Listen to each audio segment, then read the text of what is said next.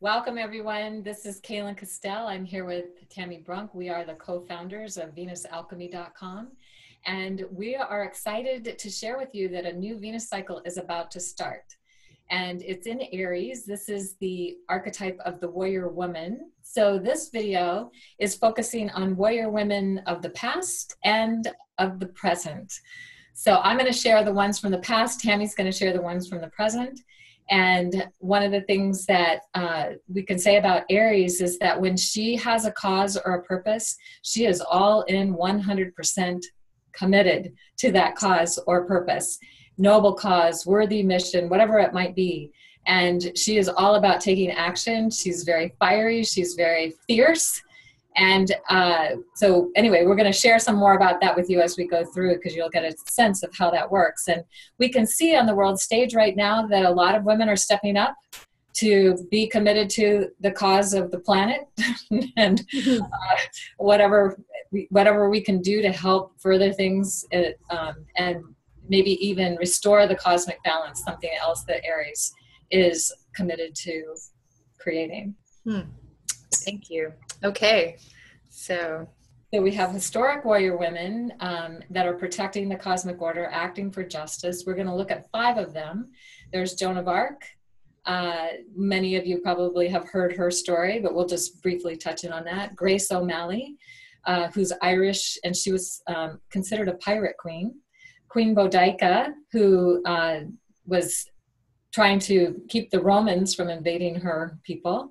Lozin, who is an Apache woman, amazing story, and Mulan, who I think she's Japanese or Chinese. I'm not entirely sure, but anyway, she was also quite fierce. So we're going to look at all 5 of them very briefly, and I'll just say, as we're getting ready to go into these women, to just look at a little bit about who they were.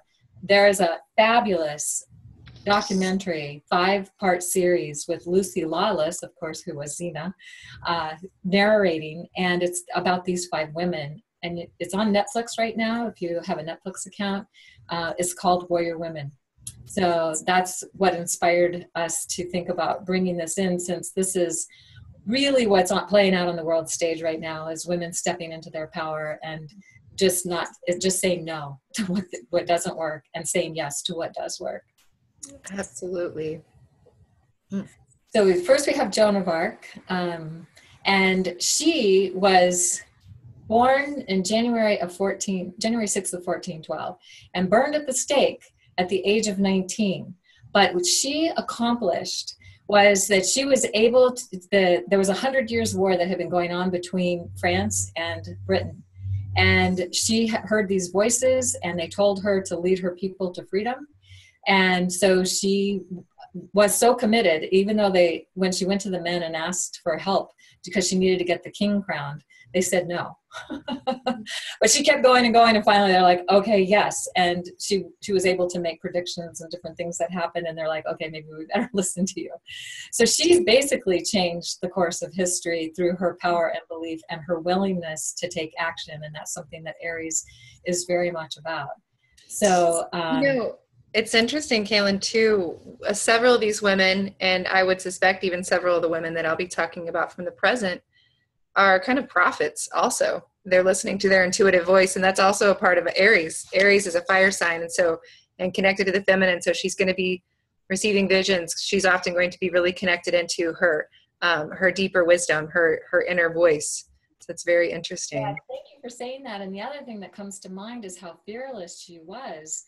As a young girl, she didn't even live to be 20. So she was quite young, but these voices were so strong for her, and she followed them. And even after they started trying her for witchcraft and, all those things, it's like she was very clear in all her answers. And at one point, they actually did come into her cell. They chained her. They really, she didn't have a good time.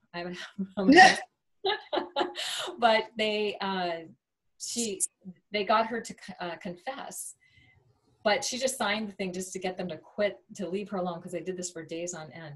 And then she recanted her confession, and that's when she was burned at the stake. But interestingly, she was also canonized in May of 1920. So she's quite a remarkable historic warrior woman. And her story is quite inspiring. So yeah, she was a divine messenger. Yeah. So Grace O'Malley, is the Irish, there's actually a book that's been written about her called The Pirate Queen, The Legend of Grace O'Malley. And she was quite fierce. And when her father had a big shipping thing, they were basically considered to be pirates, but probably that was the British perception of them, because the Brits were trying to invade Ireland at that time. And she was able to command all these men, and, you know, she was able to keep them out for quite a while. And really caused Queen Elizabeth some grief initially. Anyway, so this is quite an amazing story as well. She was very fierce, and she just didn't put up with anything and anyone. And she was as brave as all her men. In fact, she was braver, and that's why they followed her. So she's definitely an example of Aries, an Aries woman who was able to do what was necessary to help protect her people and her land. Well, and it's interesting because what comes to mind for me around her is what is often true for Aries women in the more patriarchal, or in these periods of time where the masculine has been more in the public sphere, that they've had to try to beat men at their own game, right? And they have to probably work about 10 times harder to be able to prove themselves. And it sounds like she kind of embodied that even back then. Yes, definitely. Yes. Yeah. Yep.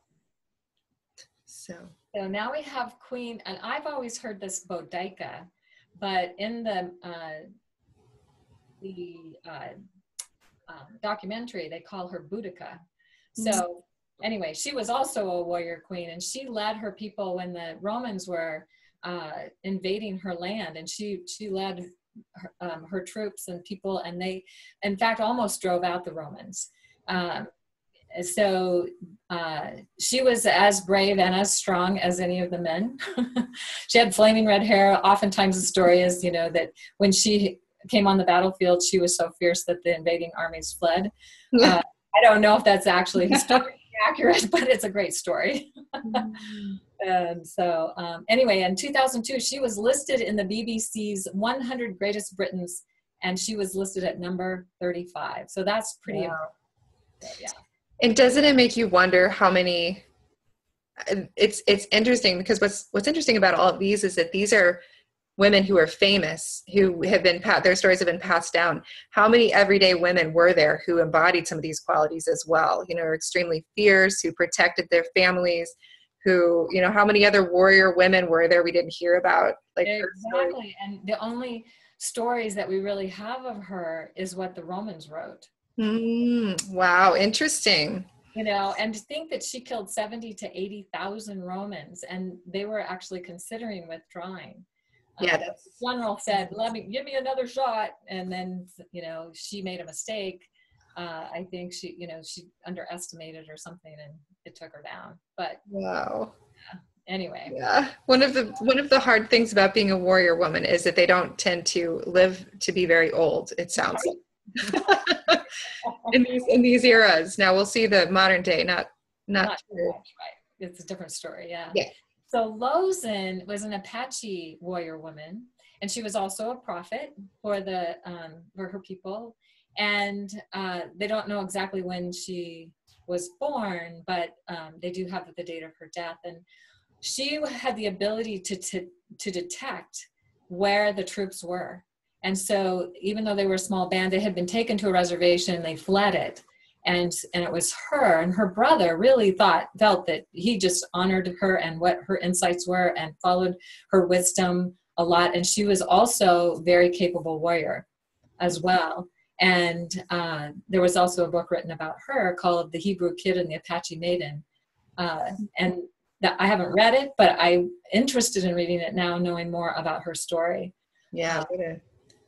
What a powerful young being. She looks so young in the picture. Yeah, she does. And just super. And I wonder, it makes you wonder with her powers, you know, I know that the Iroquois and others would have dreamers who would dream where the different, armies would have been or what would happen in battle.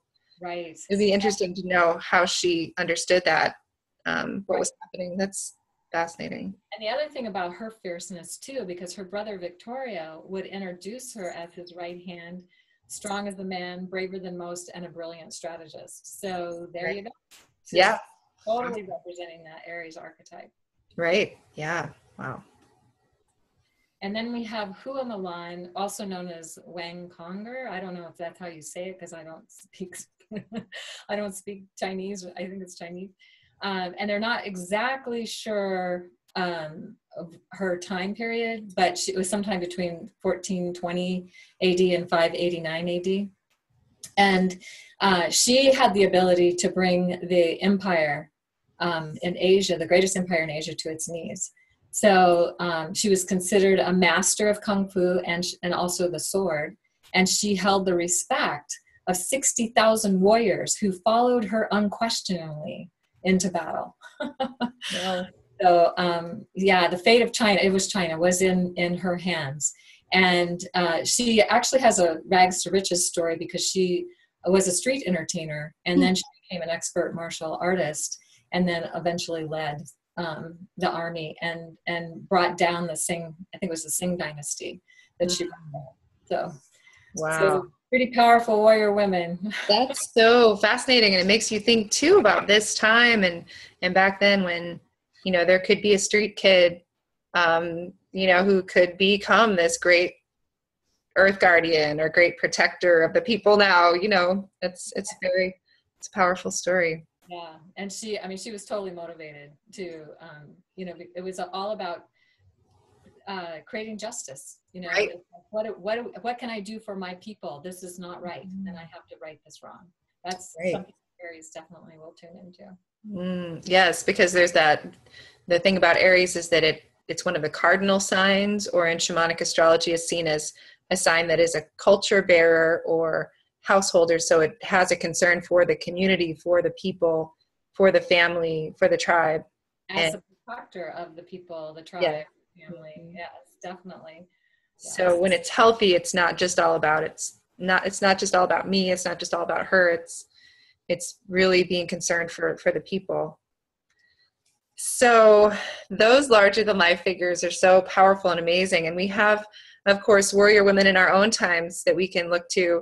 And many, you know, we have this fierce feminine within ourselves. And this is part of what, in going through our class, we want that it will be a deep initiation into invoking the fierce feminine in ourselves and this protector goddess. But here are some women of our times who we were looking at their actual charts and we were seeing where the Aries shows up.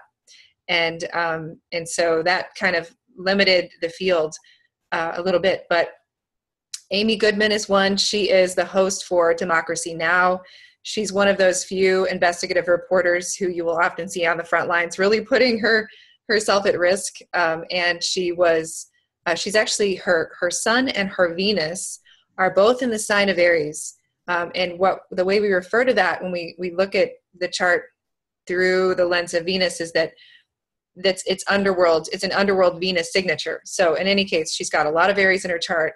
And she most recently came to the forefront of the public's attention because she was one of the first to really bring attention to the way that the water protectors at Standing Rock were being really brutalized by dogs and in other ways. So she also is very much that protector, feminine in the modern sense, and really trying to be a protector for the people and those who are most vulnerable. And then Ashley Judd, Kaylin, you should talk a little bit about this too. I know you've got a special connection with her. Ashley Judd recently became following the Women's March on January 21st, when we really saw so much of this Aries rising energy. Ashley Judd did a kind of a spoken word piece at this speech at the Women's March, Nasty Woman, I'm a Nasty Woman speech, and she didn't write the speech herself, but here are some of the words from it. She just did a phenomenal job of performing it. The full text can be found. You can find the full text online. You can find her speech. So this is just a little piece of it. But yeah, she really embodies that Aries just just fiery, just in your face, just like really standing up for the feminine. So Kaylin, why don't you share a little more about her? She is, I'm related to her, but it's way, it's like several times removed, so I don't know her. But my mother was a Judd, and there was a man named Thomas Judd who came to the U.S. in the 1600s, and he brought 7 sons. And so her line goes through one of the 7 sons, and my line comes from one of the other 7 sons. So we don't have the connection, but I think of her as being related, as like that. And she's also got, I have Venus in Aries, she's got Venus in Aries. So yeah, I always like keeping track of what she's up to. And I loved this speech. So many the women in our Venus group brought it, they really posted it first because we have a really lively community, and when they brought it up, it was just like, wow. Yeah. Yep. And she's got like maximum Aries. Her sun is in the sign of Aries, her Mercury, her Venus, her North Node. And one of the things I love about this this piece, part of what she's speaking to is has to do with what the current Aries goddess, what the current Aries fierce feminine is about protecting, which is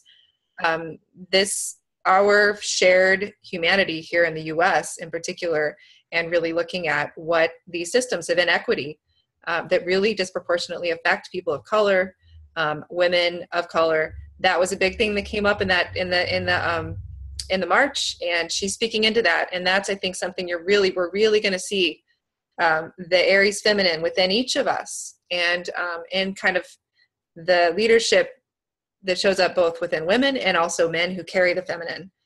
So she's speaking to that. And we're not just talking about women with Venus and Aries, clearly. We're talking about anywhere Aries is on your chart, whether it's rising. I know that's yours, Tammy. Yeah, mine is an Aries. So we both love the Aries archetype, of course. And if it's your moon, or there's other parts of your chart that are strong in Aries, then this coming cycle is our opportunity to take Aries to the next octave. That's what we're here to do. That's what we're going to be focusing on, and that's what we'll be doing together as a community. Absolutely. Beautiful. Yeah. And it also is not just that it's women. It also has to do with men who also deeply are carrying the essence of that fierce feminine, or wanting also to be protectors or supporters for the fierce feminine protector. Some men actually have this as a part of who they are and what they do. And perhaps in a future longer series, we'll talk about the men who are working with Venus and Aries, or who work with this. But Aung San Suu Kyi, I don't know that I'm saying that correctly, but she is the current state counselor of Myanmar, which was formerly Burma. And she rose to prominence in the 1988 uprisings in Burma, when there was a military coup that had taken hold. And she, at about this time, she addressed 500,000 people at a mass rally in front of the Capitol. She was calling for a democratic government. She was part of the leadership that was truly trying to maintain and create a democracy in that country. But the military junta took over after that time, and she was in house arrest. She was a political prisoner for about 15 years. And so she also, embodies this fierce standing up for the democratic principles in her country. And she paid a price for that, as do many who really stand up in this way. So she's another example. And she was the Aries Venus overtone, which means that she was born when Venus was in an Aries cycle. And the other way we talk about it is that her meta-goddess, the meta-goddess who guides her, was the Aries warrior goddess. And you can certainly see that in her life path. Yeah, she looked fierce too in her picture. Yeah, she's a fierce woman. She's very strong. Like, taking any crap from anybody. Yeah. So, and then Rosa Parks, we'll finish with her. She, of course, also embodied that courage that Aries can really show up, the way that she can really show up even in a place of great, tremendous pressure and danger. She is known as the first lady of the civil rights movement, and she was the one who made history by refusing to give up her seat at the front of the bus at a time of segregation in the South. She really helped to spark the civil rights movement. And her overtone, meaning she was born in an Aries cycle, and her Venus and her North Node were both in Aries. So she just really typifies that Aries feminine who is here to, in her case, to really protect her own community, her own people from the effects of segregation and racism. So she stood up in the way that many of us are being called to stand up. So we can look to her and these other women as models for the way that looks. And inspiration too. And inspiration. Yeah, absolutely. We would just love to have you join us in our Aries Arise teleclass series. And we're going to be doing Morning Star first, and then of course there'll be the Evening Star section that comes after that. It'll be over about a 19-month period. And so the first part of it is descending through Anana's 7 gates. So if you go to venusalchemy.com and you click on classes and you find the Aries Venus teleclass series that's coming up, and you can go and read what we're doing. And we would just love to have you join us. And again, no previous knowledge of astrology is necessary to be a part of this journey. So we would invite you to join us in really, how do we do, we're going to be focusing a lot on how we're restoring the cosmic balance, how we are standing for what we want, and how we're willing to take action for that, because that's something Aries is very much into. Yes. And we hope you'll join us, because this journey we had, the last couple of classes, we've had 85 to 100 people joining us, in the kind of energy that we create collectively. It's very powerful. So we hope you will join us, and collectively we really help to bring this fierce feminine protector back into the culture. So yeah, thank you. And we look forward to seeing you or hearing from you. And until then, we celebrate all the ways that you arise.